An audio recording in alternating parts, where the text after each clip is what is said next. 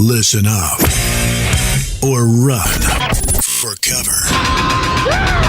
Dropping knowledge from the people who have it to the people who need it. The real Brad Lee is dropping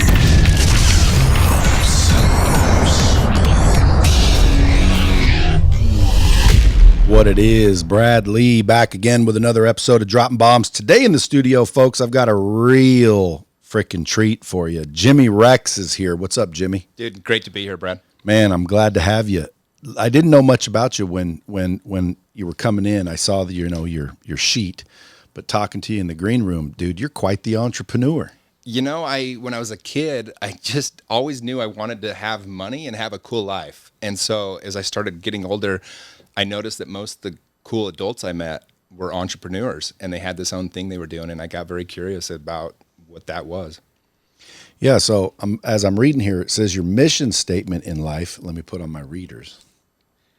Your mission statement in life: the purpose of my life is to share my tremendous love with all of God's children, bringing happiness to others through my playful soul and by being an example of living an extraordinary life. Now, isn't that a good one? Dude, I love it. Yeah, I went to a Tony Robbins event about 4 years ago, his Date with Destiny event, and I'd gone through a huge transition in my life where I'd switched, the faith I grew up in. I was a very religious household. And Mormon? I did, yep. Grew up Mormon, and I went on the mission, did the whole thing, and I lived it very religious. I mean, I was virgin into my 30s. Like, I really did the thing. Yeah, I did it. And, and all of a sudden, as sure as I was, that was the answer to life, I was that sure it wasn't. And I was kind of in this weird place for a couple months. And I was really trying to figure out what life was all about, and went to that event, and it really rip yourself open. You really have to decide. And I'd been working on it for months and months to try to figure out what my life was going to be about. And I kind of just realized I'm going to err on the side of love. Just make my life all about that. If I believe in an all-knowing, all-powerful, all-loving God, like, who wouldn't honor a life of love? And it was really cool. And that's all it is. And so that mission statement to me, those are my values. Be playful. It's very difficult to be depressed or in a bad mood if you're playful. People want to be around you if you have a good energy to you, and that's where playful comes in. And then that example of living an extraordinary life. I think so many people, and that's what my whole book is about, I think so often in life we settle for this safe path or this life that seems like that is going to be the right thing to do, but it's usually somebody else's expectations of what our life needs to look like.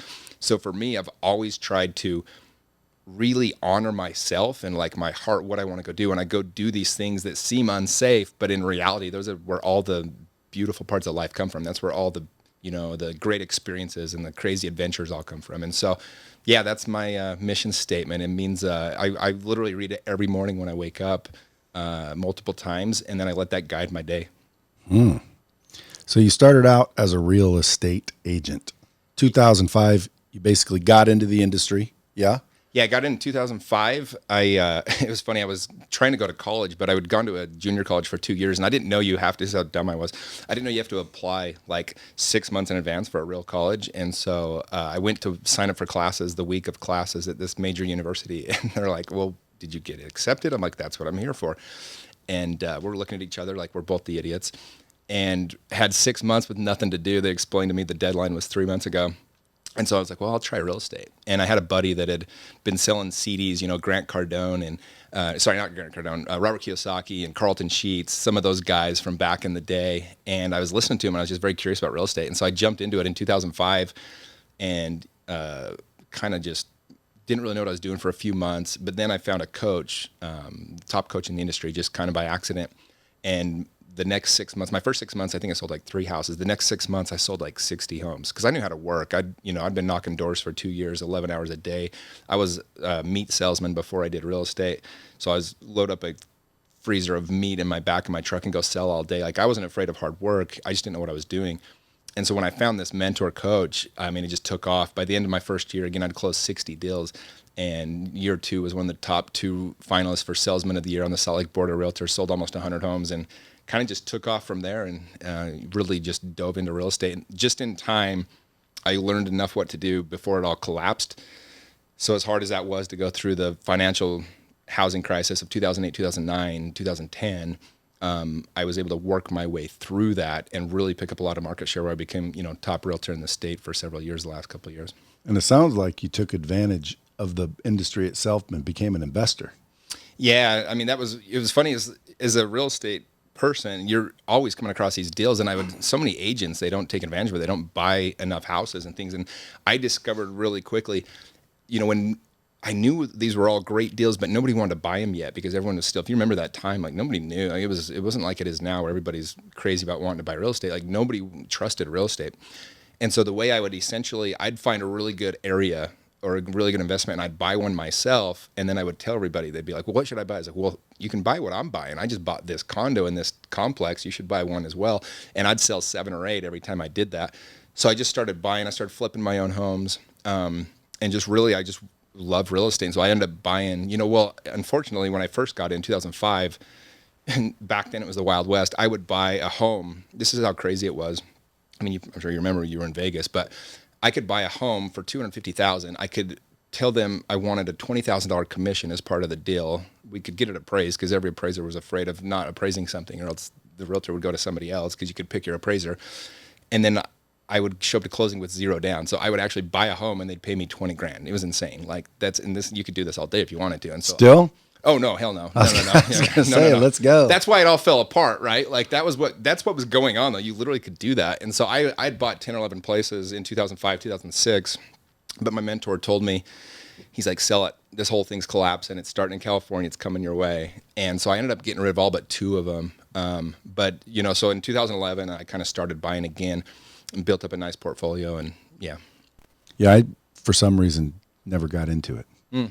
I wish as a youngster I did, and I would have learned these things. I'd probably have a ton more money. Yeah, real estate, I mean, it's just such a high leverage item. You can literally and even now, you can put 20% down on a property, and if it appreciates 10%, your money appreciated 200%. And so that's what I've always loved about real estate, is just that leverage standpoint. And you have somebody else paying off your property. I mean, I own, 13, 14 properties right now. Each one of them, I put at least 20 or 30% down. Some of them paid off now. But every renter, it's as if each one of them has $1,000 and they go drop it in my bank account every month. And, part of that is principal being paid down. Part of that is just the cash flow of those properties. But it's, I always said, if I can own, when I was younger, I said, if I can own $5 million worth of real estate that's paid off by the time I'm 50, then I'm set. Like, I don't have to worry about money. And so my theory was always like, when I was 30, I was like, all right, I'd put them on 20-year loans. And as long as they still cash flowed, which they did because of rates, they still do because of rates being so low, I said, I can literally squander every other dollar I make. I can blow every dollar. My business can suck. But as long as I have those properties, $5 million worth of real estate that gets paid off, I'm going to have anywhere from $5 to $10 million by the time I'm 50 and I'm set. And so that's kind of been my goal. So those properties, it's not like I use that money to live off. Those were always kind of my safety net of, I'm not wanting to have to work after 50, 55, no matter what. I don't blame you. Yeah. How old are you now? I'm 38. See, I'm 51. I thought the same thing, but I was a fool. You look pretty young for 51, though. Thank you. Yeah. So the book you wrote, you end up where you're heading, the hidden dangers of saving a life. Of living a safe life. Living a safe life. Yeah. Interesting title. Yeah. What made you come up with that? So I wanted it to kind of catch people on the shelves. I mean, there's so many books out there. I wanted it to be like, I wanted to explain a little bit what it is, but also, and essentially there's this old saying that, if you don't watch out, you'll end up where you're heading. And so that's kind of where you end up where you're heading came from. And then the hidden dangers of living a safe life. So essentially in the book, we go through the hero's journey, which if you're familiar with it all or whatever, but it's basically, it's Joseph Campbell wrote a book called The Hero of 10,000 Faces. And essentially we all have this path in life, whether it's, Star Wars, Harry Potter, every movie you've ever seen, every story that's ever been told kind of follows this hero's journey. And most people in their lives, they get caught up in this spot. They get stuck and they start thinking that life's happening to them instead of for them. And they don't know how to get out of that. And what happens is usually at the end of people's lives, they talk to those people and they always regret the things they didn't do. It's never the things that they actually did, because when you're in your life, and even the bad decisions you make, you're grateful for the lesson that came out of it. You're grateful for whatever ends up coming from that usually, but people kind of put off their dreams. They put off, going and talking to that pretty girl. They put off whatever it might be. They go to this dead end job they don't like with a boss who's yelling at them all the time. And they've got a wife who, is disappointed in them, or a husband who is, disappointed in the wife, or whatever it might be. And they stay there though, because it feels safe. And, most people would rather stay in a bad relationship than risk going to find a new one because they don't know what else is out there. And so the entire book is kind of this idea to help people get out of their stuck place, wherever that might be, or help them draw a map for their lives to kind of open it up and realize like, hey, you're looking at life like this, like everything's right in front of you. But if you step back, you'll see there's this entire world that exists. And so I kind of use the examples of a lot of people that have inspired me and a lot of my own stories from my life where, and thankfully I've just got this thing in me. I've always been curious. I've always been an adventurer. I'm a total adrenaline junkie. And so I've always kind of taken the unsafe path. I've done a lot of things that most people think I'm crazy, but to me, it's calculated risk, because the more uncertainty you're willing to deal with in your life, the higher the quality of your life is going to be, the more interesting your life is going to be. And so that's kind of what the book is all about. When it's already released, where do people get it? Yeah, we released it a couple weeks ago. It's on Amazon. You just go to Amazon and type in the book title, or just type in Jimmy Rex, and you can get it there. Yeah, it's been we hit Amazon bestseller in the first week, and it's been going great. It's really one of those books that's designed to get you to think a little bit about what's going on, right? Like, I think coronavirus has been that for a lot of people, this wake-up call. You've been going through life, you're half asleep. People literally numb themselves with reality TV and sports. There's guys that literally watch 12 hours of football every weekend, They're just going through life. They're being numbed by these things that are happening around them. The book's designed to kind of smack you and wake you up a little bit and go, hey, did you settle into life? Are you really happy, or are you just kind of getting by day to day? Because I've never understand people that just like, they want to, I was at a gas station. It's a good example. I was at a gas station a few months ago, and it was Tuesday morning, and I just asked the clerk, I said, how you doing, man? And he goes, oh, just waiting to get to the weekend. And I was like, I just looked at him and I go, bro, it's Tuesday. Like, you need to do something different with your life if you're waiting for 4 days from now to get to the weekend. It was just one of those moments. And it's like, how many people feel like that? They're just day walking through their lives. And it's like, geez, this is the only one you get, regardless of what you think after this. This is the only one that's this way. So it's time to step up. And if I could sum up the book in one sentence, it's be the hero of your own story. Like, quit waiting for somebody to come save you. There's so many people we see nowadays. They're trying to, they think if Joe Biden becomes the president, my life will get better. No, it won't. Like, you make your life better. Like, if Trump gets reelected, finally everything will be okay. No, it won't. Like, you're going to decide that. Like, there's things that can get screwed up with the wrong people in power, obviously, but at the end of the day, you control your life. You are the one that does that. You decide what your life is going to be, and to take that away from yourself, to like rob yourself of your own ability to build the life you want. I think that is something that so many people need to wake up to. Why do you think they do? Why do you think that people are unaware that literally, if you look at it, it boils down to a choice? I mean, I always try to tell people, it literally, if you just boil it down to simplicity, is a choice. It's a choice. It's just a choice, but people won't make that choice. They're not aware that it's just a choice. Yeah, I mean, usually it's fear. We know that people are motivated by two things, either by the pleasure of the choice or of avoiding pain. And most people, unfortunately, they think there's more pain in the unknown. So one of my favorite quotes from the entire book is I say that when you start to see danger as desirable or as delight as opposed to fearful and scary, then your whole life will start to open up. Like, you really have to take this uncertainty, this that is out there, and try to embrace it. You have to see the delight in not knowing what's going to happen. Like, I always say, my life is a beautiful mess, and I love that. Like, if you can see it that way, when these things go wrong for me, I literally just laugh. I'm like, this is so perfect. Like, there's so much to learn here. There's so much. This is going to be my favorite story to tell. Like, even when stuff was falling apart with real estate, and then I ended up just one thing after another just kept happening. I just loved it. It was delightful. I just was like, this is funny. There's so much going on right now, and this is such a mess.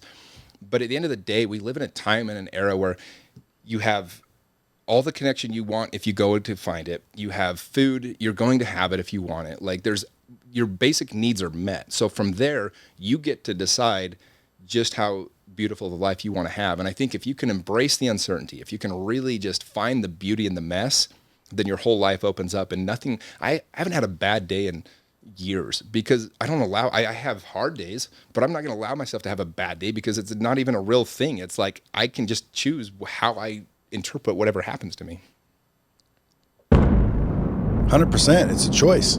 I always say, man, the day when you wake up in the morning and your eyes open and you realize you get another one, it's already a good day. It can't go it's a great day. The question is how good will it get? It's a choice, people. So let's talk a little bit about, I want to get back to the, you were a Mormon? Yeah, I grew up that way. Yeah. Okay. My brother's still Mormon. Oh, nice. Says I'm supposed to be. I look at a lot of different religions, but I think there's some inconsistencies with all of them, but there's some truth to all of them. 100%. So it's almost like I know that I'll bet you it started with one truth and then everybody kind of, deteriorated that truth with their own, greed and belief. And like the King James version, I'm like, why did the king get his own version? Like, just look at the word version. Like, why is that his version? How about what is the? Well, I think it's the ultimate adventure in life is trying to just discover truth, right? For me, that was kind of what happened with me. I actually was very happy in my church. I was a very, very happy kid. I was very happy growing up, even through my 20s. But I got to this point where I felt like I wasn't progressing anymore. And I think what happened is I'd extracted all the truth I could from that particular religion. I have nothing but beautiful things because it created a beautiful life for me, like good feelings for my upbringing and my, my background in that, and I don't regret it. I just got to a point where I said, I want to find out what else is out there. And so I started kind of exploring, and I started all these things that, I think unfortunately the problem with religion is it's competitive, and you have to have, black and white truths that you quote unquote share in order to keep people in the flock. But a lot of times that's just, the reality is everything's gray. I know when I was hardcore in that church, one thing that I always did is I cared a lot about what people were doing. I always cared what people were doing, right? Are they sinning? Are they doing this? What are they doing? Oh, I can't believe she's doing that. I can't believe he's doing that. And when I stepped outside of that and I kind of started exploring more of my own path of love, and if you actually study what Jesus taught when he was here in the Bible, King James version or otherwise, all he taught was love. And so I started looking at that and I said, wait, instead of caring what people are doing, all I'm going to care about is how people are doing. And that made such a shift in my life. My relationships got so much better, and I got, I started surrounding myself with such better people because there was this wall of judgment was gone. And all of a sudden you're just loving them, and you're able to kind of actually understand hey, we're all just freaking broken people trying to put this thing together. And all we can, at the end of the day, that is the answer to it all. It's just love. And instead of judging people for their actions or for what they're doing or not doing, we can look at it instead and just go, what can I possibly do to make that person's life a little bit better today? How can I, that's why your podcast or my podcast, that's what makes them powerful is people are just going through their day trying to find an answer, and we can create, extract our information that we've learned from tough lessons and be able to give that to somebody and make their life a little better. That's why I did the book. I wanted to, to make that difference. I wanted to be able to help people. You know how it goes with a book. I'm going to lose money. You very rarely make money on a book. By the time I did the Audible version and paid some other people to help me edit and everything else, it'll be a miracle if I make any money on the book. I'm so glad I did that. That was a gift I wanted to give. I'll give that away for the next 20 years because that's how I made my life beautiful. And so I wanted to help other people have some kind of guide or roadmap that I can give them when I meet them to help them do the same. Boom. That's a good thing. Now, I'm wondering, maybe is that why you seem to be a very blessed individual? You're just accidentally falling into shit. Well, I always do say I am very aware that I'm a very blessed human, yes. But we create that, we create our own beautiful lives. And again, so everything's energetic. Everybody wants to be around people that are doing great things, people that are in a good space, people that are happy. You can walk in a room and without even turning around, you can tell which people behind you want to be around, which ones you don't, because they put off a different energy. And so, so many people are trying to it's like like people will wear fake clothes, right? Or they'll wear like a fake Rolex. Like the energy you're putting off wearing a fake Rolex is pure insecurity. Like that energy is what's going to get portrayed. So the only people you're going to attract with that stupid thing is going to be other insecure people.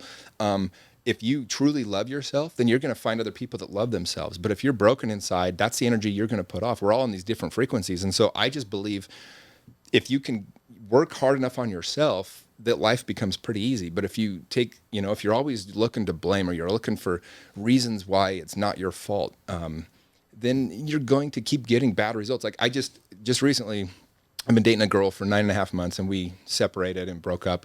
And I felt like we needed to do that for us to both get where we were going next. But we had a beautiful breakup. Actually, we ended up, she was living with me and she needed a place to stay for 2 more weeks. So I let her stay there until she could move into a new place. But I had a moment a couple of weeks later, and my life coach was like, I want you to write down everything you could have done better in that relationship to make it better. And I sat there and it took me about 4 hours, 6 pages full of stuff of what I wish I had done better or different, or lessons that I learned that I'm going to do different the next time. And that personal responsibility, I literally had dozens and dozens of things that I learned, lessons I learned, or things I'm going to do better with the next relationship. And I was able to send love and gratitude for her for teaching me those lessons. And so instead of having this if somebody's like, oh, that girl, blah, blah, blah, I was like, no. Like that woman was so beautiful in my life. She was placed there to help me become the person I am right now and prepare me for the next person that will come in my path. And so to take that personal responsibility, I actually get to learn and grow. I could have blamed everything on her. It's like I always, if I'm ever dating somebody that just got out of or go on a date with someone that just got out of a really serious relationship, I'll ask them always, I'm like, what's 1 or 2 things you could have done to make your last relationship work, or your marriage if they're divorced or something? And almost 90% of the time they're like, oh no, it was him. He did this or, whatever. And it's like, well, okay, that's a pretty red flag, big red flag if you can't think of 1 or 2 things you should have done better. So I don't know. I just think that when we are taking that personal responsibility, when we really say, you know what, I'm going to own this, and you give yourself the power to change. You are your own teacher at that point. I just think that's so important. Who taught you all this? I mean, this is just like an amazing, I'd call it a perspective. Yeah. And well, I think it's not, there's not, and this is one of the mistakes that people make. They think it's like, I just had one person teach me, or read one book, or listened to one podcast. Like life's like this giant funnel, right? And everything that goes in the funnel eventually comes down the bottom of it. And that's the result. That's your life. And where people get in trouble is they focus on what's coming out. They say, I don't like this, or I like this, but you can't control that. You can only control what goes in the funnel. So we're going to be the same person we are today, 10 years from now, minus the books we read, the education we get, the people we meet, and the experiences we have. So I'm always just trying to fill my funnel with as much good as I read 50 to 100 books a year, either read or listen to. I listen to podcasts like your own, great podcasts that just fill my mind and my heart with beautiful things. And then I don't allow, I'm very, one of the things that a lot of people tried, they want to be nice instead of kind. And by being nice, they let the wrong people into their lives. So people will reach out to them and they just let whoever be their friends. Like most people are friends with who live next to them or who happen to be next to them in school or whatever else. I am so strategic about my friends. Like I have the world's greatest friends because I find the people that inspire me the most, and I set out to create value for that person to become a friend with them. And so I've been able to surround myself by saying no to a lot of people.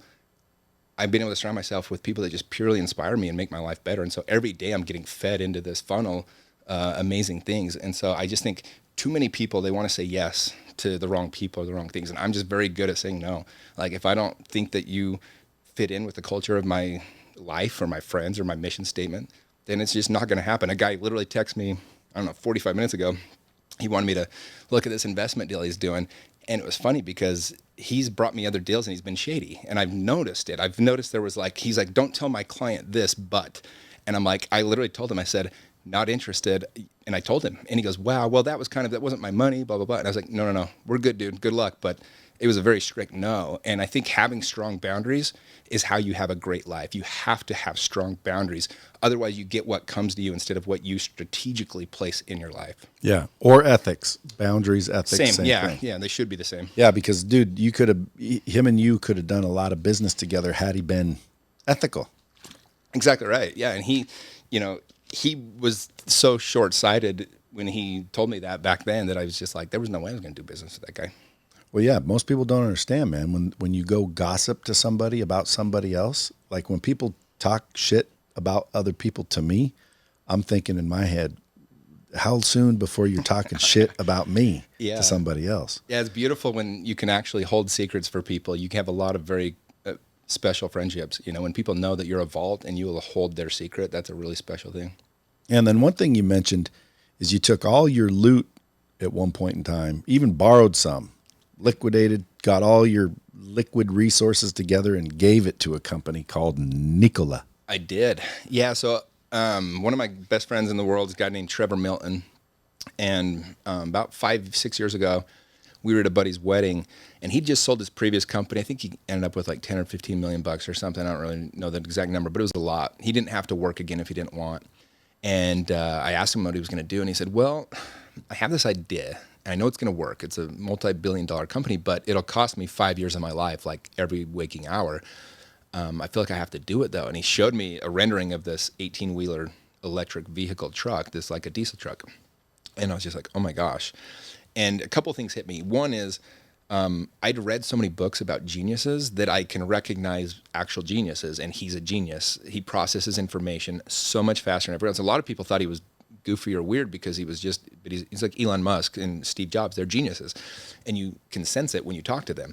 And then this dude has never quit a thing in his life. I watched this guy. We were climbing a waterfall in Hawaii one time before this, and I watched this dude. Like, he should have stopped many a times before. Like, he was not getting to the top of this waterfall. It was pretty hard. I didn't do it. I couldn't do it. And he just refused to quit. And I remember that just stuck in my mind. This dude doesn't know how to quit. He doesn't know how to lose.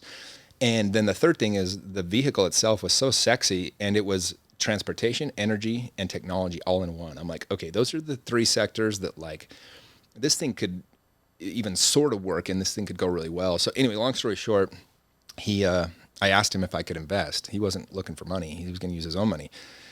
He's like, no, it's not really worth it unless, you could come up with $500,000. And at the time, I had a couple $100,000 saved, and then I had some real estate that had done well. This was in 2014. And I said, dude, can you give me 3 months? I can sell some houses. He's like, seriously, you can get $500,000? I said, yeah. So long story short, I ended up getting $425. I borrowed the last $75,000 from my buddy Travis. I paid him back pretty quick. I had another deal closing, but it wasn't done in time. And ended up giving literally my entire life savings, every dollar I had, to my buddy as part of the seed round in Nikola Motors. And fast forward 5 years, we just went public in May, and it's, as of this morning, I think it's a $15 or $16 billion company. So needless to say, it's paid off very well for me. Yeah, see what I mean? Like, you just keep stepping in. Yeah, but here's the roses. Thing. So here's what people see that and they go, "Oh, Jimmy just got lucky." Well, no, I didn't. I'd read enough books to recognize the genius. When all my friends passed, every one of them. I mean, there was dozens of us had this opportunity. I was the only one that did it. The second thing is I had invested enough other times to realize what I didn't want to invest in. So I lost a lot of money. I mean, I once invested in when I was in my younger 20s, when I sold. I mean, my first 2 years as an agent, I was 23, 24 years old. I had hundreds of thousands of dollars I was making. And you would think that people are just honest, good people, but they're not. I had like my brother's bishop and his ward coming over and got me to invest in what I found out later was a Ponzi scheme. I lost $50,000. I invested in another, like this adult guy that was, again, like a leader in the community, like 60-year-old guy. And he sold me this dental clinic in Arizona that never even existed. Like I got Mormons? Yeah, they were. I mean, not that it matters, but yeah. I mean, at the time too, like I didn't trust them more or less because of that. But you would have hoped that you could have. Like, Utah is the scam capital of the world because, unfortunately, there's a lot of very beautiful, trusting people in that faith, right? Yeah. And so they're more easily scammed, as was I. I just trusted them. Yeah. You could. It's the reason why it's literally the scam capital of the world. But it's also one of the best places to start a business. It is very. Well, and you have so many entrepreneurs. We all go on the mission, and so we know how to work hard. We know how to do that kind of stuff, Well, if I was selling direct door to door, man, I'd want nothing but Mormons. Oh yeah, they don't take no for an answer. They're thick skinned. They all the Mormons I've ever met. I know a couple currently, and all the ones I've ever met, they seem to possess the. In other words, they seem like they act what they believe. In other words, they're the nicest people. They go on the missions. They're the nicest people. Yeah. I always At its best, the LDS Church or the Mormon Church is a beautiful thing. It creates beautiful humans if they actually live it. Absolutely. Like, that's why I have nothing but gratitude. It did that for me.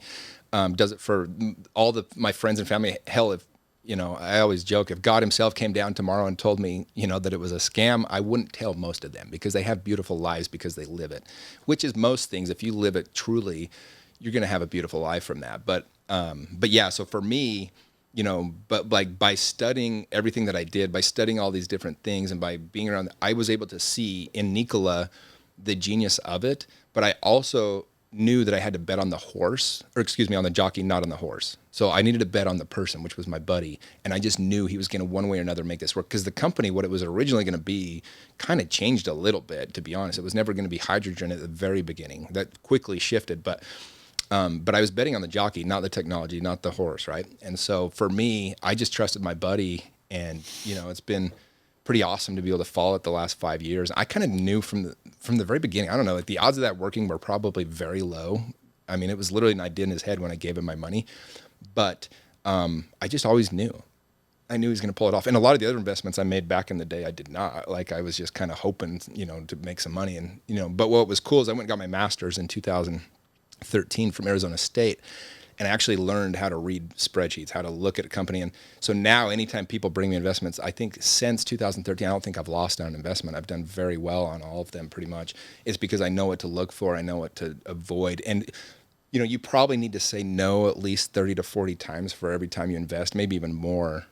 Because most ideas, even if they're a good idea, you got to figure out how to get paid. And you just don't see, the average person just doesn't see enough business opportunities to actually pick one that's going to win. It's their brother-in-law, it's their neighbor, or whatever else. And so it's been fun to kind of get that rough education. I gave away my first $1 million. I have invested in so many, I only gave a couple examples, but so many terrible things.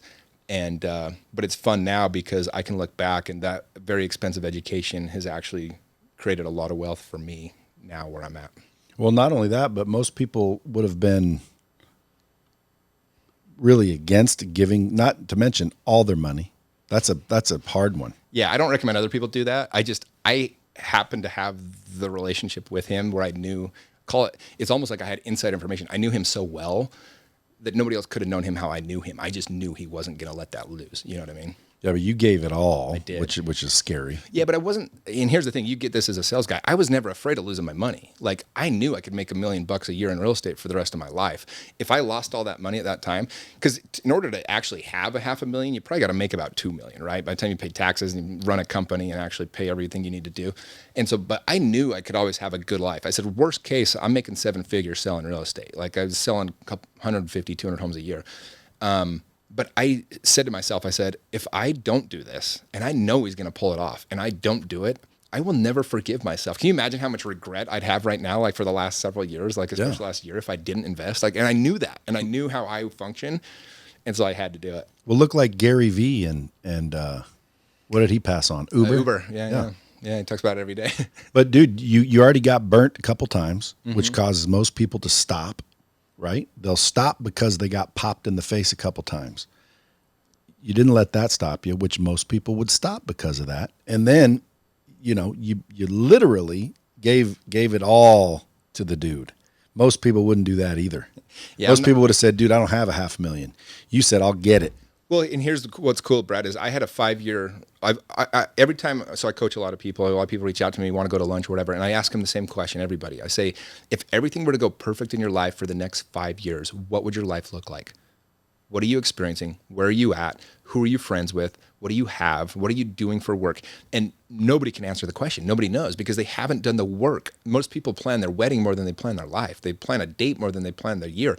And so nobody really knows.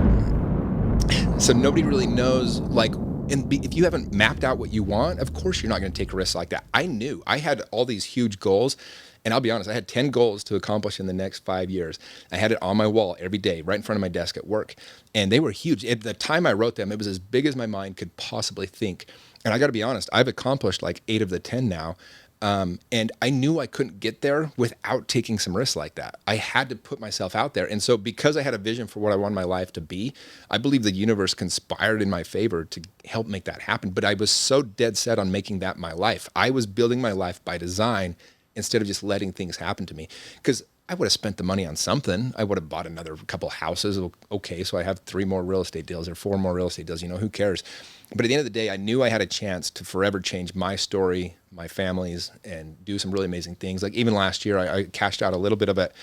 And one of the 10 goals on my wall to accomplish in the next 5 years was to take my entire family on a dream vacation. And between my brothers, sisters, nieces, nephews, and mom, there's 37 of us. And I was able to book a Disney cruise to the Bahamas right before COVID and all that last December. Flew everybody there, paid for everything. 37 of us did this dream vacation, this cruise, this Disney cruise that it was like I get choked up thinking about it. It was like a once in a lifetime opportunity to do something like that. But you can't do those kind of things if you don't take big risks. And I always wanted to be able to do stuff like that. And so I was willing to take the risk to get there. Folks, you guys better pay attention. I keep telling people, they'll ask me, and again, I always say, well, who am I? Because I haven't arrived anywhere yet. I think when I hit $1 billion, then ask me some shit, and I'll be like, yeah, let me tell you. Right now, I feel like, dude, I don't know. I'm still doing it. Like, I don't know. Like, well, look at you. I'm like, bro, I should be here. I'm here. Now, most people, let's say, are here. They see me, and they're like, oh, he knows. Dude, I'm just a lucky son of a bitch. And that's the truth. I'm a lucky son of a bitch. I should be here. If you ran this company, you already would have sold it for $500 million. No, but here's the beauty of it, though, is you, in spite of not knowing what you were supposed to do or what you're supposed to be doing, you just did it. And that's the beauty of it. Like, we get caught up in this, I don't know how to do it, I can't do anything, or I'm not sure what I'm going to do. And that's where people get stuck. Like, all success is actually trying something and doing it long enough till it freaking works. You figure it out, like whether it's real estate, whether it's your company, or whatever it might be. Like you talked about with Lightspeed, you were going door to door at first trying to sell this thing, and now all of a sudden you got this giant platform with thousands of people like paying you to do their training and stuff. Like that's all it is, though. It's consistency over time and actually just putting yourself out there, and that's what's awesome. Like what you've done, and so like I know you're just, you're underselling yourself, but what you did is you saw that you said, you know what? And I talk about in the book, it's called Crossing the Bridge. You didn't know how to get across. You just was like, all right, whatever, I'm going to do it. And you didn't care about failing because to you, the failure was to not try. That was same That's with right. me. The failure is not in not doing it. Hell, I fell on my face with multiple businesses. Like debt up in my eyeballs. Every person I knew in the world had more money than me. I had 120 grand debt at age 22 years old. And because of a failed business. But it was beautiful because what did I have to do? I had to work my way out of that. And by working my way out of that, I got into real estate because I didn't know how else I'd make the money quick enough. And I came out swinging because I knew I had to. I was working my ass off, and that's when I built my company. But you were also doing pretty well. I mean, being 120 grand in debt at 22 is actually, a good thing. Really, well, it was great because nobody gave me 120 grand. I couldn't be in debt. My credit was shit. Well, nobody taught me about credit. I got a couple credit cards, didn't pay them. Then boom, you're screwed. So it was like, dude, when at 22 years old, I was making, good money because I was in sales. Mm-hmm. If people aren't in sales or making commission, I just don't get it. But I was in sales, so I got a lot of money, but I was spending it as fast as I got it. No real estate knowledge, no investment knowledge, no money management skills, bad credit. Like it was stupid. Really. But if I go back, I take what I learned out of those things and I started applying them. Yeah. And I think that's one of the things that younger people have this huge advantage. There's so much information now. But the one thing I think that we had the advantage is because we didn't have information, we just did stuff. We just had to figure it out. And there's so much education in doing it yourself. Like I look now, I didn't know how to invest. I didn't know the reason I had 120 grand debt is I had this meat company and I got these bank loans and I partnered with this guy and he ended up being on drugs and ended up taking all the money. And I thought I was going to jail. I didn't know. I just didn't know. All I knew is I had to pay back 120 grand as quickly as possible because I didn't know what was going on. And I had nothing to show for it. And I had all these people I owed money to. And I ended up paying them all back one at a time, which was really cool. But I got my education by doing it. Like there's enough out there now. If people literally just listen to the guests on your podcast, they would have more advantage than I had reading everything I could get my hands on when I was 22. Oh, yeah. And that's what's cool. If I didn't interrupt them so much. No, you do great. It's that's my point. Is it's so much information. I think unfortunately there's a lot of the younger people, they get caught up in wanting too much information. Like we talked about, you just did it. I just did it. We just went for stuff. We just started grinding and hustling, and those words don't even have meaning now because every 24-year-old wants to coach on how to hustle, and it's like, bro, you gotta fall on your face for 10 years first. Sorry, I'm not listening to anybody that hasn't failed at least multiple times and had things happen. Like it was so hard to sell real estate from 2008 to 2012. Like it was so brutal, and I was the number one agent in my office, and I was still telling my assistant not to cash his check a couple of times. Like I'm like, that's gonna bounce if you put it in there. So you stay with me here, And what was cool is I made him a partner, and he's one of the highest paid realtors in the state now as my kind of assistant / business partner now, and but he stuck with me. But that dude I paid him $18,000 one year. That's all I could afford in 2008. As we were falling on our faces quicker than possible. And so, until you've gone through that mess, it's really hard to share what you have to do to actually build something. Yeah, you can definitely learn by doing, but I'd rather learn by listening and exactly watching. Right, and that's why this is so valuable. I think you can get 10 times quicker where you want to be now than even 15 years ago. I really do. So there's some badasses that I know up there in Utah. I know Aaron Wags. Oh, yeah. Good buddy. Old Sean Whalen. Sean, I was just with him in Lake Powell last week. What happened with the canoe? With the canoe? Yeah. I don't know. I didn't. Nothing happened with the canoe? Not while I was there, no. With Sean? Oh, it might have been the last day. I had to leave a day early. Up in Canada. Oh, the canoe. Is he texting you right now? I thought you were talking about Lake Powell. Like, what the hell happened with the canoe? He said, ask you about the canoe in Canada. Yeah. So we were up in Canada. Me and Sean went up to Banff 2 years ago just to hang out for a weekend. We went to Stampede. We had some friends up there in Calgary. And we go up to Banff, Lake Louie, and they have this. I was building my Instagram, so I was trying to get really cool pictures. And Lake Louie is like the most beautiful blue lake ever. And there's this red canoe spot where you can rent these like red canoes, and I'm like, perfect, I'm gonna get a canoe and get this picture with the blue water and the red canoe. The line's like 2 hours long. I'm like, dude, we're not waiting in line for this. I just want us to get a picture. Yeah, well, no, to actually rent the canoe. Okay. But I just wanted the damn picture. I didn't really care to take a canoe out. So I'm like, okay, Sean, go over there. As soon as I get in the canoe, just take the picture. I'm gonna go through the exit. I'm just gonna jump in one of the canoes, snap it, and we'll take off. And so I go through the exit and I go around this line. I jump on one of the canoes, but they were all connected. I didn't know this. And so when I jumped in it, they all kind of took off. And so they're like floating out into the lake. And this dude comes running over. He's yelling and screaming at me. And I look over and Sean's like embarrassed as could be, which is hilarious because he's hard to embarrass. And I'm looking, I'm like, hey, take the shot. So I'm like smiling on this red canoe as it's floating out, this kid running after me. And I end up getting the canoe back. And he's like this 16-year-old, running the canoe. And he's like, I can't believe, what are you doing? It was literally like 45 seconds. It was hilarious. And he's like, you're banned. You can't ever rent canoes here again. I'm like, sounds good, dude. I get over to Sean and he's just like, you're unbelievable. Dude, he's doing well now. He's doing great. Yeah. Well, I mean, he works hard and he doesn't make excuses for himself, Like he he just decided like, all right, I'm going to start this new business. And he found a mentor. He found the right people that were already having huge success selling. He sells a lot of his clothing, lions, not sheep. And he found out the right way to do it, which is like so many lessons in that, right? Find the person who's doing it, copy what they're doing, and then work your ass off. And that's what he's done. And yeah, he's crushing it right now. Well, who is he modeling it after? He had 3 or 4 people that he reached out. I know Dan Fleischman's been helping him a lot. A couple other people that just were really good at internet marketing. And he just, started working through that. I'm not exactly sure who it was, but he told me, he found 3 or 4 people that were the best at it. And then he just started copying. We learned from them and started copying what they do. They help him. And he's living. Oh, yeah. He enjoys life, yes. Seems like. That's all of our group of friends. That's what we're always, like I said, we were just in Lake Powell, jumping off cliffs and going on speedboats 120 miles an hour. This was just last week. And by the way, I think I started following you when you were coming on, and you were on there was, I think, Sean, and was it you in a speedboat? Yeah. Going 120? Yeah. Like, that's fast. Yeah, that's fast, yeah. So what kind of boat was that? They have these boats. They do these races in them and stuff. It's just a super long, I think it's called a Matchbox boat or whatever. But, yeah, they go up to 150. We were actually running out of gas, so the guy, a buddy of ours named Greg Warnock, he runs a fund up in Utah.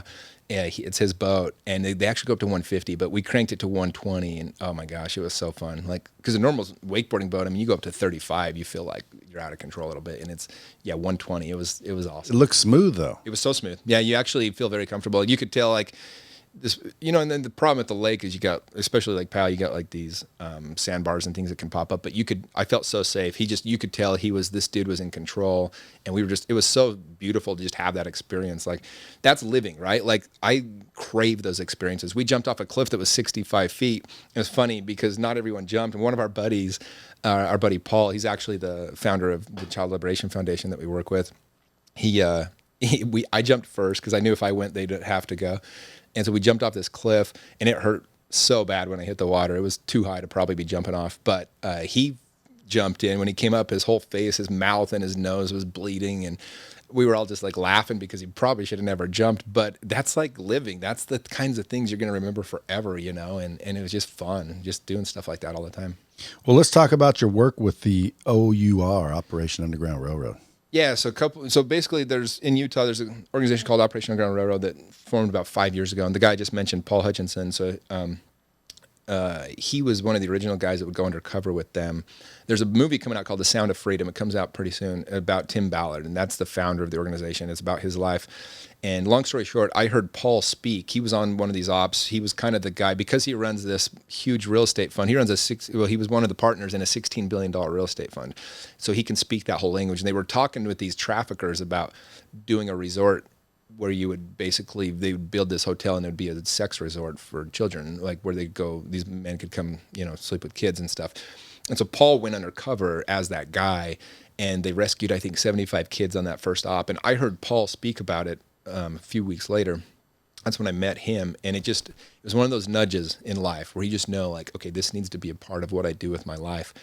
And I went up to Paul and Tim, and I just basically found a way to make myself a huge asset for them. Eventually, they let me go on some ops, and I ended up becoming a part of this team that we would go all the time and go undercover and help rescue kids being sex trafficked. So I've had the opportunity to go on 11 ops now.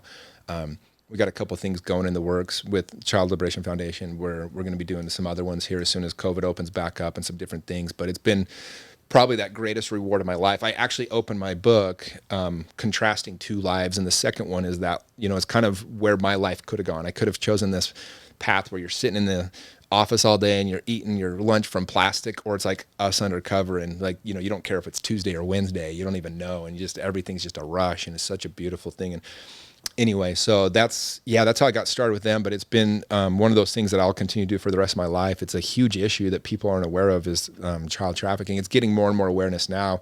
I've been working with them for 5 years now, and I can't wait for the movie to come out. I can't wait for just more awareness, because it's one of those things, like, I've been there. I've seen it undercover. We've helped rescue over 100 girls personally. I've been on those ops. What's the youngest that we've rescued on mine? On ops that I was on, I think the youngest was probably 13. Yeah. Well, not to justify 13, because that's fucking terrible. But I'm hearing, like, there's places where you go and there's 6-year-olds, 7-year-olds. Yeah. So I had recently on my podcast, the Jimmy Rex Show, I had a guest on about a month ago named Coco Berthman. You can follow her. And she was born into trafficking. Her mom trafficked her from 6 years old on. Her mom. And she was being raped between 10 and 50 times a day. And she escaped, literally, took a train through the night. She was in Germany and made her way to the United States. And, she's working and getting recovered, and she's a big spokesman now for the movement against anti-child trafficking. And she's just an amazing human. But that podcast I did with her, it was really cool for me, because we do the ops, but they arrest us as well. We don't get a chance to interact with the kids that we help rescue. And so I've always wished we could do that and let them know that we're the good guys. But because they might just look at you and think you're one of the pervs. They do. Yeah. I mean, you're playing a role, and so unfortunately they think you're there to take advantage of them. Yeah. And rape them. And so I saw a movie. I don't know I think Tim was in it. Yeah. Operation Toussaint. Yeah. They looked almost, the kids, as if they're totally fine with it. Yeah, and so that's one of the big misconceptions, is that, are the kids okay with it? Like, so there's a couple things, like, is those kids are playing a role as well. Like, they know they have to be a certain, like, if they show up and they're like trying to like run away, it's not going to get well killed for them, right? And so, like Coco, in her example, she didn't even know like anything different until she started watching Law and Order. That's how she figured out she was being trafficked, actually. Like, it's crazy. Like, she just was born into it. But a lot of these kids, you know, and we did an op a couple of years ago, and it was in Mexico somewhere, and we were able to get all their information, these traffickers, and the police tapped their phones, and we got to listen to the conversations. The girls are begging them not to have to go. But when the girls showed up, they were in party mode. Like, we have all those conversations recorded when the guys were telling them, you're coming, here's what we're doing, you know. And a lot of these kids it's not like they're being held in cages. We've seen that. Typically, though, 80% of kids that are trafficked seem like they have a normal life. They're just being trafficked by somebody on the side. And so it's a big mistake to kind of think that that they wanted to participate in it.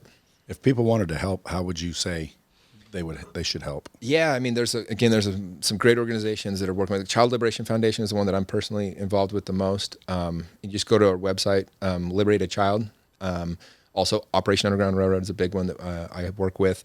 That's ourrescue.org.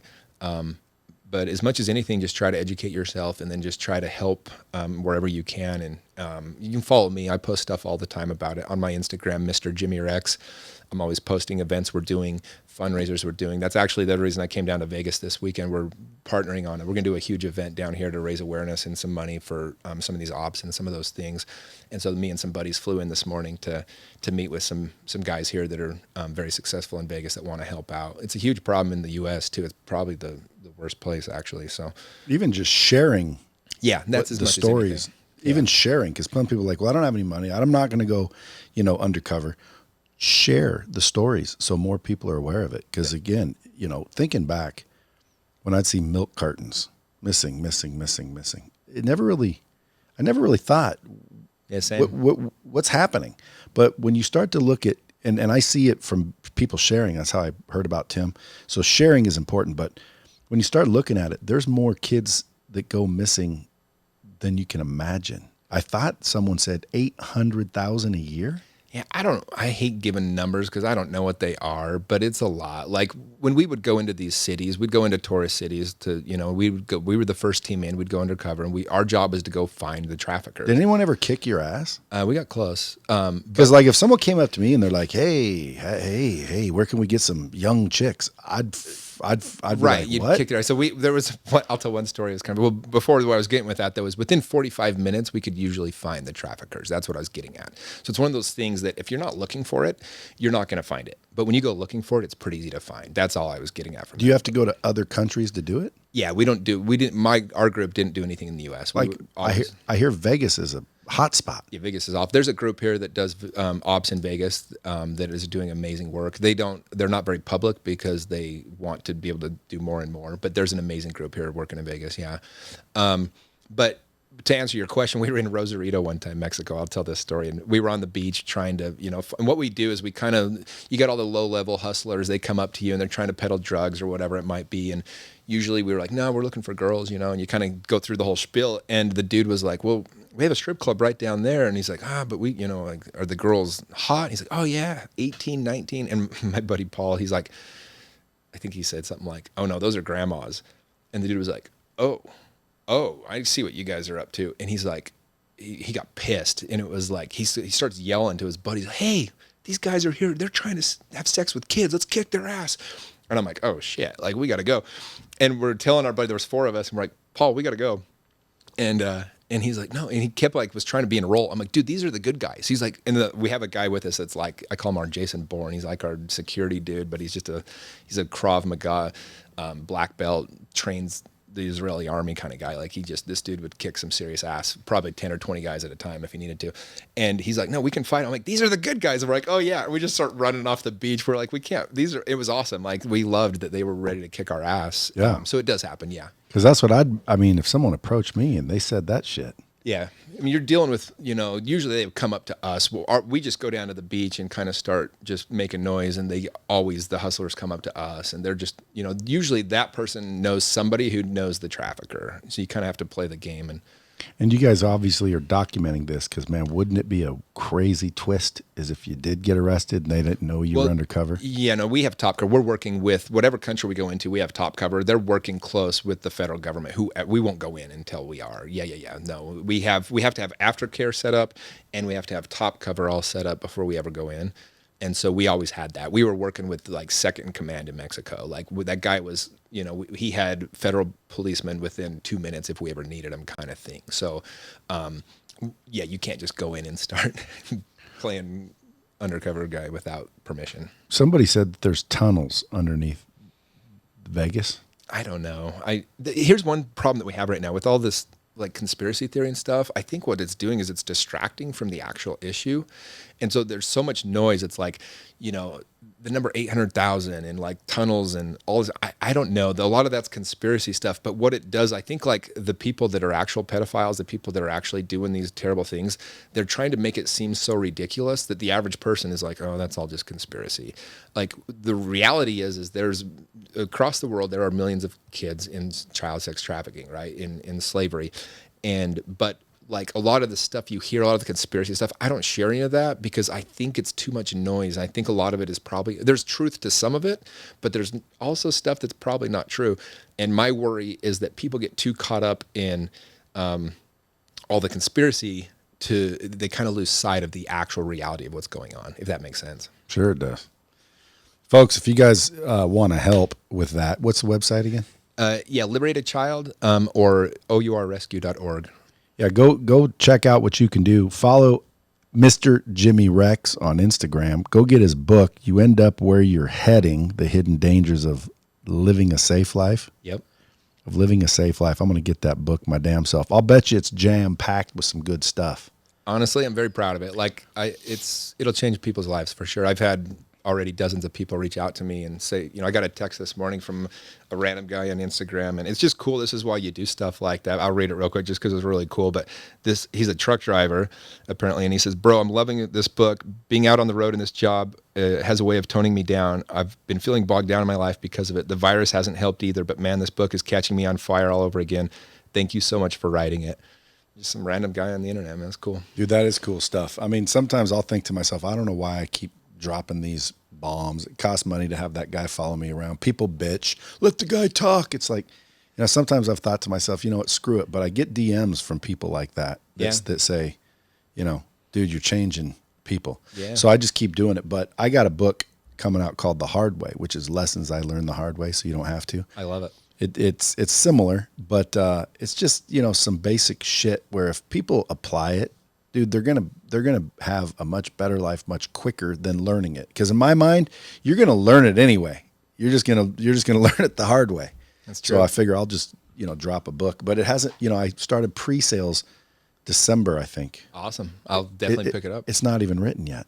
That's beautiful. See, that's you though, dude. You're like, I did that. I signed up for a marathon and paid $5,000 to run the New York Marathon 8 months early because I knew I wouldn't run it if I didn't freaking commit myself early. You're committed now. You've just talked about it more. Well, I've got most of it written. Okay. But yeah, I mean, you're gonna do it. Like that's awesome. It's dropping. Dude, it's dropping in the next 30 to 45 guaranteed. And you're a doer. That's the thing is I love that. You just do something. I love it. I'm just apprehensive as to what, are people going to go, dude, this is common sense shit? Because to me, it's common sense. So and that's the thing, though, is we forget how much we know. Like, we really do. I've discovered that. I started teaching coaching a lot in real estate to agents, and I forgot how much is just so second nature to me now, right? I mean, I've sold over 2,300 homes now.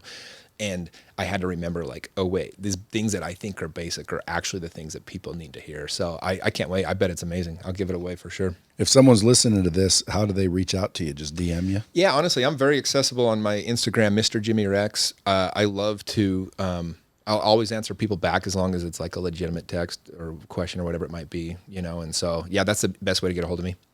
Folks, you heard it here on Dropping Bombs. Jimmy Rex, appreciate you coming. You're a good dude. Good luck with the Nikola. And that's another thing I was going to mention. Tesla, electric cars. Nikola, electric trucks, basically. Yep.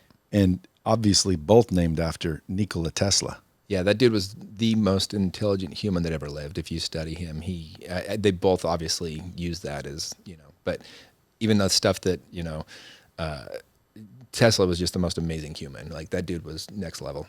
Well, folks, if you guys want to invest, you better go to the stock market and pick up some shares. I know I did, not a bunch, but a few.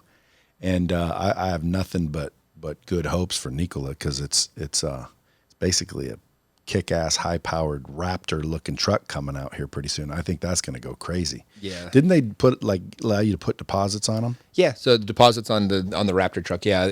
We have multiple products. I say we. I mean, I'm an investor only, but they have the big diesel trucks, the 18-wheelers that are the electric hybrid vehicles, hydrogen trucks. But then, the Raptor is the one that you're referring to. You can put a deposit on that now. It's not called a Raptor though. Sorry, what the hell did I call it? The Badger. Yeah, the Badger. Yeah, I call them Raptor trucks because I have a Raptor. Yeah, that's where I got that. Folks, go get yourself some investment. Pick up his book, follow him, and you'll be better off. Share this out. Someone listening might need this. Until next time, kids.